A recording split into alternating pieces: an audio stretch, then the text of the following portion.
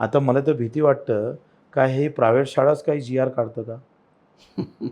ज्या मोठ्या मोठ्या शाळा आहे, दिल्ली पब्लिक स्कूल, पोद्दार असेल, हे मोठ्या मोठ्या शाळा शासन. तुम्ही 2018मध्ये कापड उद्योजक जे होते त्यांनी कापसाची निर्यात थांबवली आणि वाणिज्य मंत्र्याला पैसा दिला. निर्यात होऊ दिला नाही, म्हणजे कापूस स्वस्त भेटला आणि बरोबर. नफेखोरी केली. ही जी चोरी आहे ही डकैती. कसं आहे, बंदुकीनं मारलं ना हिंदू मुसलमाना तर तो त्याच्यात हिंदू मरते, पण व्यवस्थेने मारलं तर तेव्हा हिंदू नाही मरत. खरं. ते धार्मिक युद्ध नाही होत. माझं म्हणणं आहे दंगल हे झाली पाहिजे. सरकारच्या विरोधात शेतकऱ्यांची दंगल निर्माण करायची. पत्थर मस्जिद और मंदिर में मारने से नहीं दंगल होना चाहिए. पत्थर तो सरकार के दिमाग पर जाना चाहिए. त्याच्या गाडीवर गोटा मारला पाहिजे आणि ही दंगल आम्हाला सुरू करायची.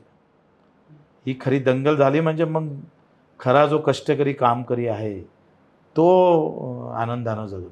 त्याच्या पोराला शिक्षणाची व्यवस्था नाही, त्याच्या पोराची आरोग्याची व्यवस्था नाही, त्याच्या साधा श्रमोदयाला जात असेल तर ते उद्योगपत्याच्याच गाड्या जातं. माझ्या शेतकऱ्याची गाडी श्रमोदयावर कोण आणली सांगा बरं? खरं. म्हणजे रस्ते पण श्रीमंताचे वेगळे झाले देशामध्ये आणि गरिबाचे रस्ते वेगळे आहे. इकडे जाण तर 2000चे टोल आणि खाली जाण तर खड्डे आहे, टोल फ्री आहे.